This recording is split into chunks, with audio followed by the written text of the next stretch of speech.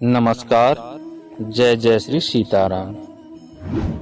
कई बार हमारे मन में यह सवाल आता है कि हम लोग सदैव ही अच्छे कार्य करते रहते हैं, परमात्मा के बताए हुए मार्ग पर ही चलते रहते हैं, सत्कर्म करते रहते हैं, किसी की निंदा नहीं करते, चुगली नहीं करते, किसी को दुख नहीं पहुंचाते हैं। कभी भी हमारे से ऐसा होता भी नहीं बुरा कर्म, लेकिन हम क्या देखते हैं कि सदैव धर्म पे चलने पर, सदैव नीति पे चलने पर और अच्छे कार्य को करते हुए, सन्मार्ग पे चलते हुए भी हमेशा हमारा बुरा होता है। ऐसे कई विचार अधिकांश लोगों के मन में आते होंगे। ऐसे ही तमाम सवालों के जवाब स्वयं भगवान श्री कृष्ण ने दिए हैं। एक बार श्री अर्जुन ने भगवान श्री कृष्ण से पूछा कि हे वासुदेव, अच्छे और सच्चे लोगों के साथ ही बुरा क्यों होता है? इस पर भगवान श्री कृष्ण ने एक कहानी सुनाई। इस कहानी में हर मनुष्य के सवालों के जवाब वर्णित हैं। भगवान श्री कृष्ण कहते हैं कि एक नगर में दो पुरुष रहते थे।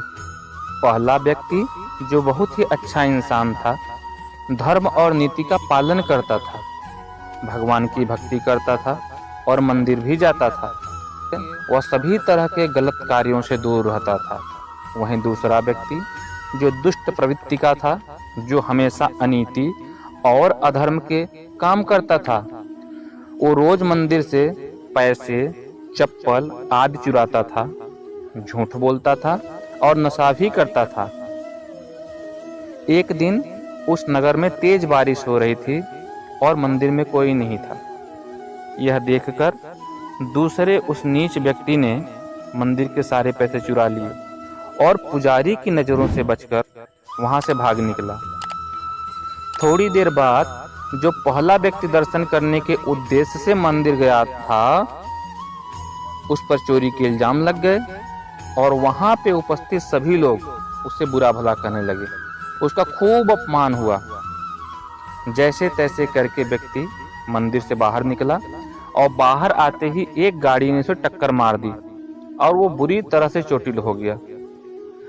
इसी समय मंदिर से दूर भागते समय उस दुष्ट व्यक्ति को एक नोटों से भरी पोटली हाथ लग गई। इतना सारा धन देखकर वो खुशी से पागल हो गया और बोला कि आज तो आनंद ही आ गया। पहले मंदिर से इतना धन मिला और फिर यह नोटों से भरी पोटली। दुष्ट की यह बात सुनकर पहला व्यक्ति जो सज्जन पुरुष था, वह दंग रह गया और उसने घर जाते ही सर्वप्रथम भगवान की सारी प्रतिमाएं, सारी तस्वीर जो उसने घर में लगा रखी थी, नाराज होकर सब निकाल दी और भगवान से एक प्रकार से रुष्ट होकर जीवन व्यतीत करने लगा। सालों बाद जब दोनों की मृत्यु हो गई और दोनों यमलोक में पहुंचे और यमराज जी के समक्ष उपस्थित हुए, तो उसने नाराजगी भरे स्वर में यमराज से प्रश्न किया कि मैं तो सदैव ही अच्छे कर्म करता था, जिसके बदले में मुझे अपमान और दर्द ही मिला, और इस अधर्म करने वाले दुष्ट को नोटों से भरी पोटली, आखिर ऐसा क्यों? उसके सवाल पर यमराज बोले, जिस दिन तुम्हारे साथ दुर्घटना घटी थी वो तुम्हारी जिंदगी का आखिरी दिन था, अर्थात तुम्हारे जो बुरे कर्मों के परिणाम थे वो उसी दिन सब समाप्त हो रहे थे, लेकिन तुम्हारे अच्छे कर्मों की वजह से तुम्हारी मृत्यु एक छोटी सी चोट में बदल गई।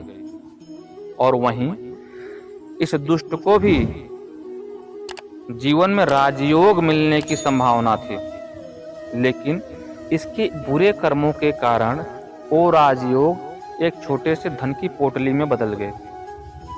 भगवान श्री कृष्ण कहते हैं, भगवान हमें किस रूप में दे रहे हैं ये समझ पाना बेहद कठिन होता है।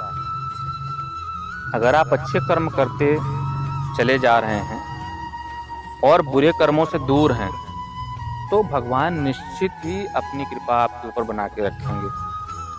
जीवन में आने वाले दुखों और परेशानियों से कभी यह न समझें कि भगवान हमारे साथ नहीं है। हो सकता है आपके साथ और भी बुरा होने का योग हो, लेकिन आपके कर्मों की वजह से आप उनसे बचे हुए हो। एक बात तो आप समझ लीजिए कि जो हम जितने जन्म जन्मांतर में कर्म करते हैं, उसके अच्छे या बुरे जो परिमाण होते हैं, जो उसका मैग्नीट्यूड होता है, वो हमको भोगना पड़ता है।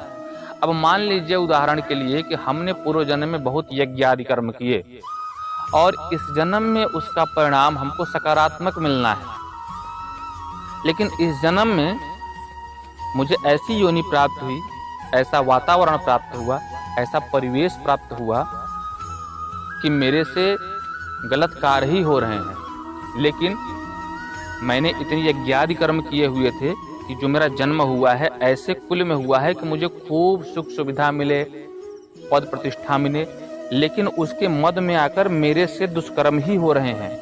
तो मैं किसी को सता भी रहा हूँ, अन्याय के मार्ग का अनुसरण कर रहा हूँ, तब भी मैं फलित हो रहा हूँ, फल फूल रहा हूँ, वृद्धि कर रहा हूँ।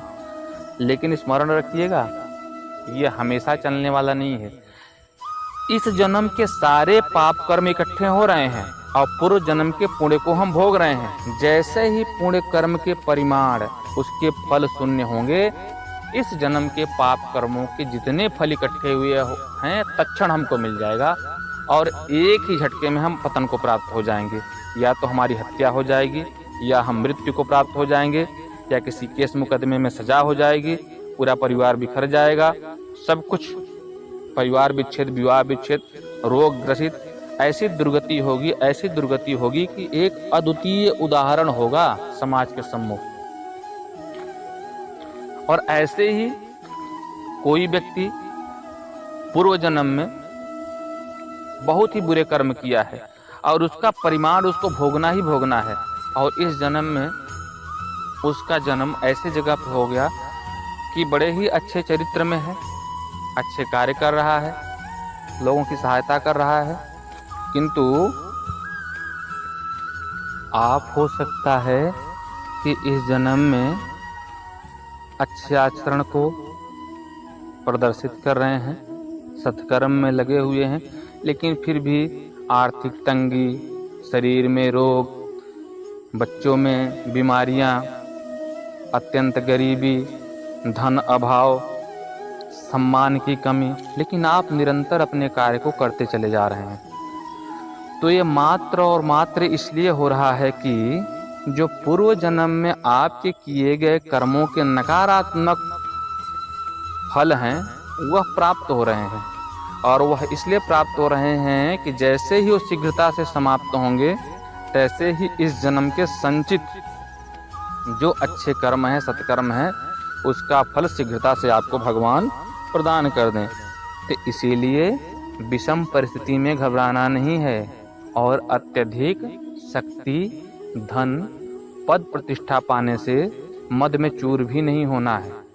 सदैव एक रस बन के रहना है। भगवान कहते हैं, अच्छा इंसान कौन है? जो सुख में, दुख में, लाभ में, हानि में, जय में, पराजय में एक समान बना रहे। सुख दुखे समे कृत्वा लाभा लाभौ जया जयौ। ऐसे व्यक्ति ही भगवान को अधिक प्रिय हैं। तो इसीलिए हम सबको धर्म का आचरण करना चाहिए। इस पूरी कहानी को सुनने के लिए नमस्कार। जय जय श्री सीताराम। चैनल को सब्सक्राइब कीजिए।